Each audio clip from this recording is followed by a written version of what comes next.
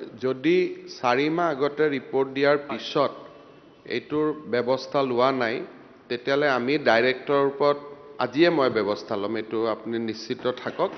আৰু বিষয়টো এতিয়াই মই শিক্ষামন্ত্ৰীক কম আৰু তেখেতে আজি গোটেই ঘটনাটো চাই কালি সদনক জনাব আৰু যিজন যদি আমাৰ ইয়াত ৰিপৰ্টটো পৰি আছে প্ৰসেস হোৱা নাই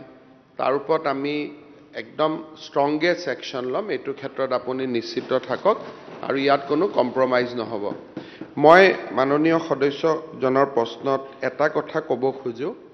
প্ৰতি বছৰে আমি ইউনিফৰ্মৰ কাৰণে পুঁজি যোগান ধৰো কিন্তু মই যেতিয়া বিভিন্ন জিলাত যাওঁ কিছুমান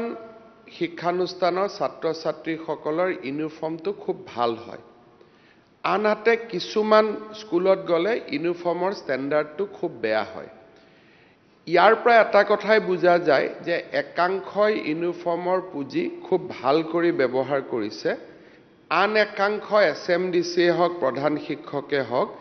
ইউনিফৰ্মৰ টকাটো ভাল কৰি ব্যৱহাৰ কৰা নাই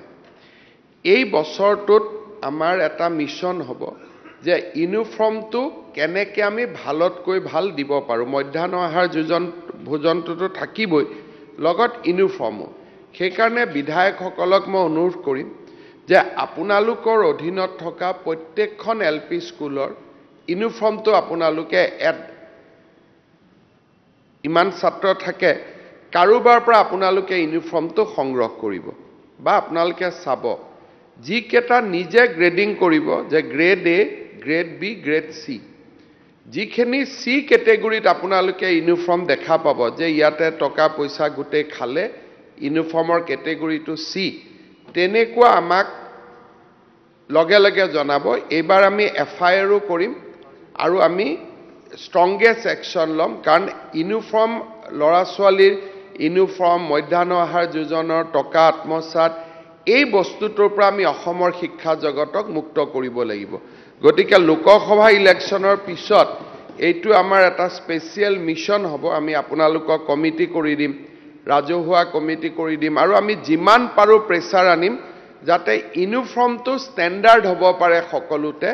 আৰু আপুনি আজি যেটো ক'লে মই এতিয়াই শিক্ষামন্ত্ৰী ডাঙৰীয়া কম যে কালি তেখেতে সদনত ষ্টেটমেন্ট দিব লাগে যদি ইমান ডাঙৰ ৰিপৰ্ট অহাৰ পিছত ডিৰেক্টৰেটত 4 মাহ পৰি আছে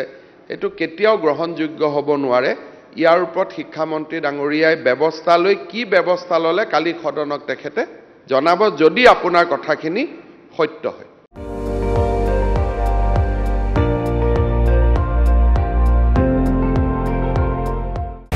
আপুনি চাই আছে ND24